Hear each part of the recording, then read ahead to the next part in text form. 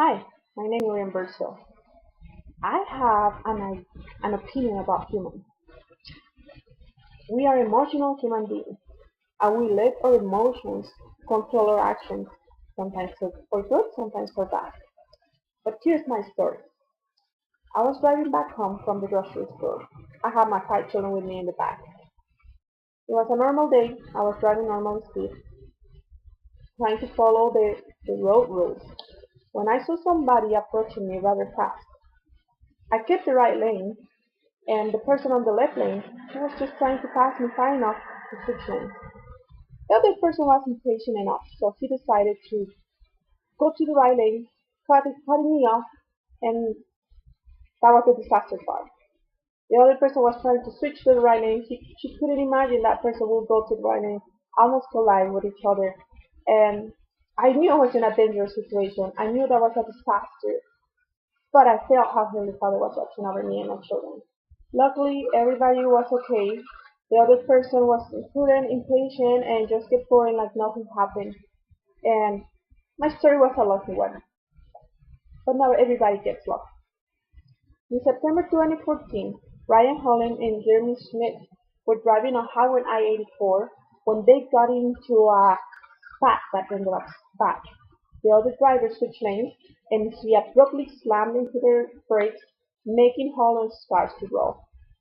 The last one that made national news, was the case of Kay Holland. She was merging into Highway 45 north of Houston when a white Chevy Tahoe started taunting her. After she honked at him, he then pulled a gun out and tried to shoot her on the head. Luckily, she survived. She's alive. Aggressive driving or road rage has become an issue that we must address. We all can be victims of aggressive driving, and we can all become aggressive drivers as well. Road rage is a matter of culture and an attitude. We justify our bad habits and attitudes when we're in front of the wheel, and we become careless drivers. Because we're late for work, we're not simply paying attention, we want to check that text, we want to answer that phone call, we're just paying attention to what is going on in the back in our seat, whatever the reason is. We're just not justifying our actions.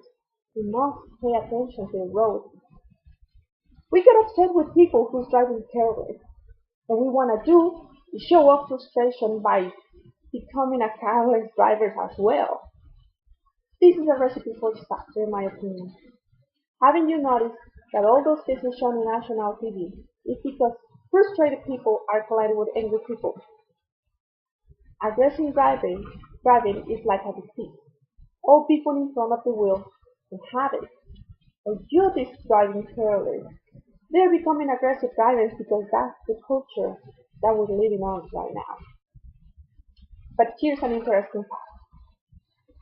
The National Institute of Health has sponsored a study where nearly 10,000 drivers were studied and showed that 5 to 7% of those show road rage behavior. The cause is intermittent, explosive, distorted.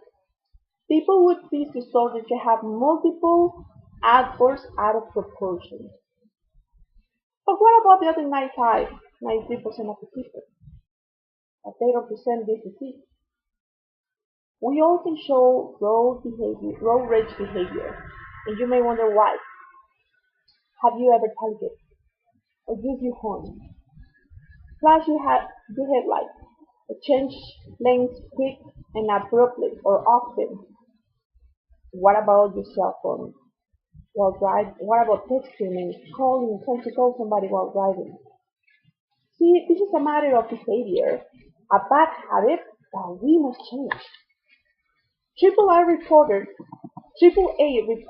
an increase of about 70% of road rage over the last years. That is a dangerous increase.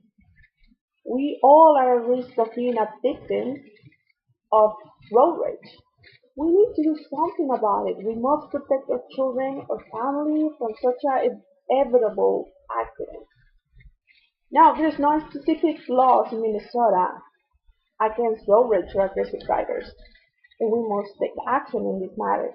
In Minnesota, people can be penalized for things like failing to careless driver, for example, calling on over the phone, texting while driving, but specifically for road rage or aggressive driving, there is no law.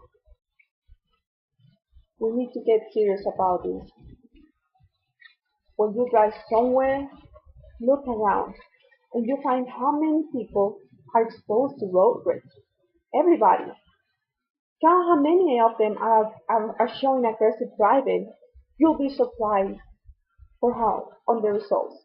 It's gonna be more than you think. Aggressive driving is not specific on a person, on a race, on an age. We all are exposed to it and we all can become one. You can change if you're an aggressive driver, you can change that habit. If you know you have it, you have that weakness, you need to be conscious about it. It takes only a honk to be a victim. So be wise. I appeal to your reason, to your common sense. Be prudent, be patient, and wise. If you're late for work, 1 minute, 5 minutes, it doesn't really make a difference. If you're having a bad day and you have a strong temper, don't drive. Just cool off first and then get in front of the wheel. Don't check your text while driving. Whatever it is, it can wait. Real emergencies don't text, they call. Fight the bad habit of aggressive driving. You may wonder what else is there to do. AAA is running a new projects, safety culture and road safety. Another important important factors that can prevent road rage. Visit their webpage is www.aaafoundation.org and click on their donate tab. They have you can have some funds so they can continue to their research and make our roads a safer place for all of us.